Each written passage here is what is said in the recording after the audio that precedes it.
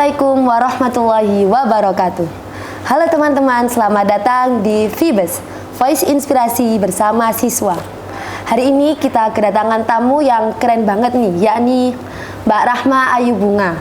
Nah, perlu diketahui teman-teman, Mbak Rahma Ayu Bunga ini merupakan salah satu siswa dari Madrasah Aliyah dan juga salah satu santri dari Pondok Pesantren Manbaul Hikam.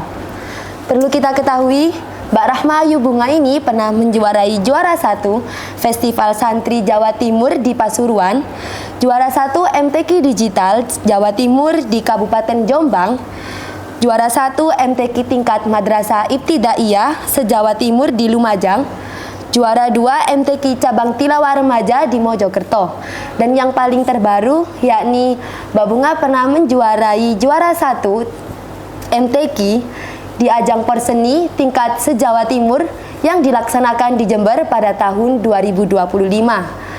Nah, langsung saja kita sapa narasumber kita hari ini. Assalamualaikum Mbak Bunga. Waalaikumsalam warahmatullahi wabarakatuh. Gimana nih kabarnya? Alhamdulillah baik dan masih bernapas. Ya, alhamdulillah. Nah, kira-kira apa nih kesibukannya akhir-akhir ini? Oke, baik. Kesibukan saya akhir-akhir ini tuh kurang lebih tidak jauh sama dengan teman-teman santri saya yang lain. Seperti mulai dari bangun pagi, tidak membahas masalah ibadah ya. Seperti setoran hafalan pagi, ngaji kitab, sekolah dinia, sekolah formal, dan melaksanakan kegiatan lain di luar itu. Oke, sudah. Kan Mbak Bunga ini sudah kelas 12 ya. Apa ini tantangan terbesar Mbak Bunga pada saat kelas 12 ini? Tantangan terbesar saat kelas 12 adalah cara saya untuk memanage waktu. Karena jujur saya merasakan ketika memasuki fase kelas 12 ini tuh lumayan sedikit berat karena dihadapkan dengan banyak ujian dan agenda-agenda untuk persyaratan kelulusan yang lain. Itu. Jadi saya harus ekstra untuk mengatur waktu dan mengatur stamina saya untuk tetap sehat. Begitu. Apakah ada pelaksanaan TKA juga? Nah, ya, betul, ada. Nah, Mbak Bunga ini kan bisa dibilang santri yang berprestasi nih. Bisa diceritakan nggak buat teman-teman biar tahu gimana nih perjalanan Mbak Bunga mulai dari awal menggapai prestasi tersebut sampai sekarang? Baik, saya jawab. Jadi saya mulai belajar qiraah itu saat menginjak kelas TKB. TKB itu saya belajar di guru pertama saya namanya Ustadzah Khairah, rumahnya di Candi. Oke. Dulu saya sebenarnya nggak pernah kenal apa itu qiraah, kayak gimana itu bentuknya, cara membacanya gimana saya nggak tahu. Tapi ini atas dorongan dari mama saya, Mbak, nggak pinginkah belajar qiraah? Nah, saya tanya lah, emang qiraah itu apa sih, Ma? Qiraah itu ngaji, tapi kayak yang suaranya enak-enak gitu. Akhirnya saya berangkat ke Ustadzah Khairah itu tadi, ketemu beliau di rumah, akhirnya belajar. Untuk pengalaman lomba pertama, saya ikut lomba pas kelas 3 MI.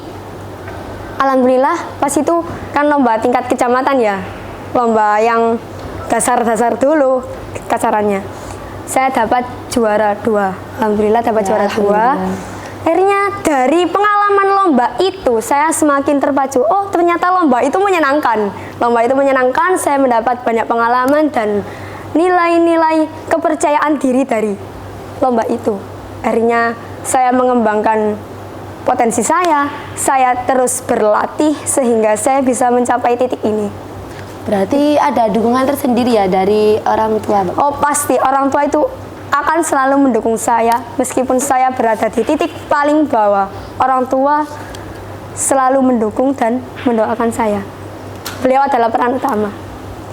Kan Mbak Bunga ini kan juga nggak selalu, maksudnya kayak kadang sibuk, kadang enggak. Nah, kalau semisal ini Mbak Bunga cara membagi waktunya itu gimana ya? Kalau semisal Mbak Bunga mau ada lomba ini, kan pasti latihan-latihan. Ya.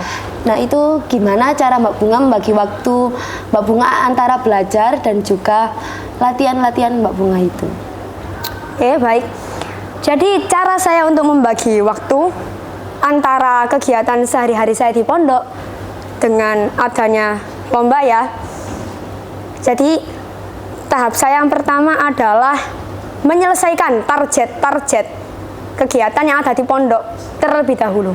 Karena ya bagaimanapun kita hidup di lingkungan pesantren, yang artinya kewajiban kita yang paling utama adalah melaksanakan kegiatan yang ada di sini.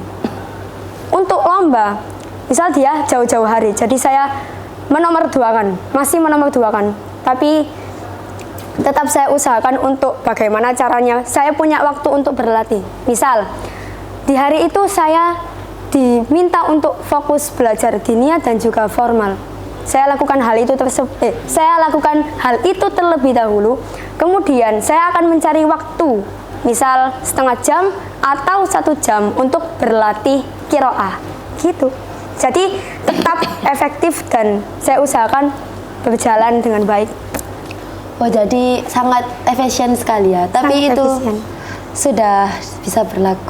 Alhamdulillah, berlaku mulai saya kelas 7. Nah, kalau boleh tahu nih, Mbak, Mbak Bunga ini kan sudah lama lomba-lomba gitu. Siapa sih sosok yang menginspirasi Mbak Bunga sampai Mbak Bunga itu bisa di titik sekarang, di dalam posisi Mbak Bunga itu menjadi seorang santri?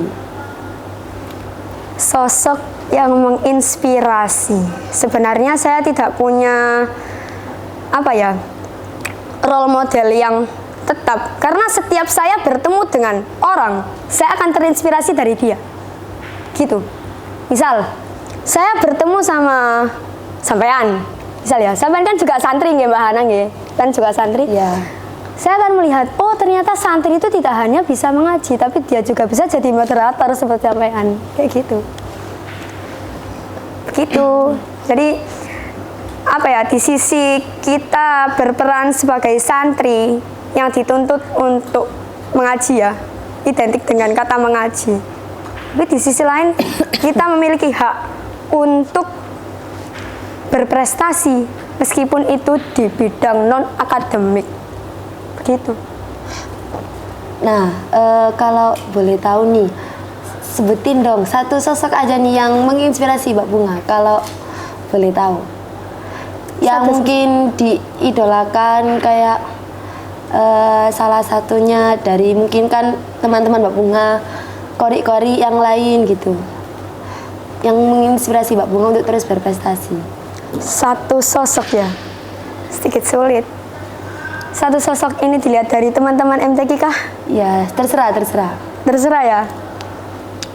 Gini aja, kalau di dunia per MTQ-an, saya itu ngefans sama Ustadz Syamsuri Firdaus. Pasti sampean tahu kan, yang kori internasional itu. Nah, beliau kan prestasinya banyak sekali, meskipun latar belakangnya adalah seorang yang mungkin sama seperti kita. Kalau untuk di lingkungan pesantren sendiri, saya terinspirasi dengan Al-Mukarram Buya Kiai Haji Abdul Wahid Harun. Beliau kan juga aktif di berbagai organisasi, kemudian di berbagai majelis yang lain. Di samping beliau mengaji juga. Dan kebetulan beliau dulu mantan kori loh. Mantan kori. Saya pernah mendengar cerita beliau dari guru saya itu, almarhum Ustadz Mustain, yang kerap disapa sebagai Abatain. Jadi dulu Buya itu pernah serating sama Kiai Mustain ini tadi, belajar bersama. Nah, dari kesaksian Abah Mustain sendiri itu bilang, dulu Buya itu juga pernah menjadi kori, tapi beliau ternyata lebih pakar di tafsirnya. Akhirnya Buya itu dulu pernah ikut lomba di Jawa Timur, itu yang cabang tafsir. Oh, berarti ke bidang yang lain. Iya, ke bidang yang lain. Nah, Mbak Bunga ini kan berprestasi banget ya. Alhamdulillah. Nah, coba dong kasih motivasi buat teman-teman untuk nggak ragu buat berprestasi, walaupun teman-teman santri yang nggak santri juga. Oh, untuk yang nggak santri juga. Ya pokoknya buat teman-teman yang nonton ini. Oke. Baik. Pesan untuk kalian teman-teman yang nonton podcast Alia Mahika kali ini, semesta itu luas. Pilih jalur kalian dan berpetualanglah sejauh mungkin. Karena menjadi santri itu tidak menjadi batasan anak manusia untuk mempelajari banyak hal. Kemudian, tapi tetap jangan lupakan identitas kalian sebagai santri ya. Teman-teman, jangan lupakan identitas itu. Karena di daratan manapun kalian berpijak, label santri akan tetap tercetak di depan dada. Oke. Terima kasih untuk motivasinya. Nah teman-teman, gimana nih cerita dari Mbak Bunga hari ini? Keren banget kan? Oke, terima kasih telah menyaksikan podcast kita hari ini. Saya Hana Zalfa dan kru Vibes pamit undur diri. Wassalamualaikum warahmatullahi wabarakatuh.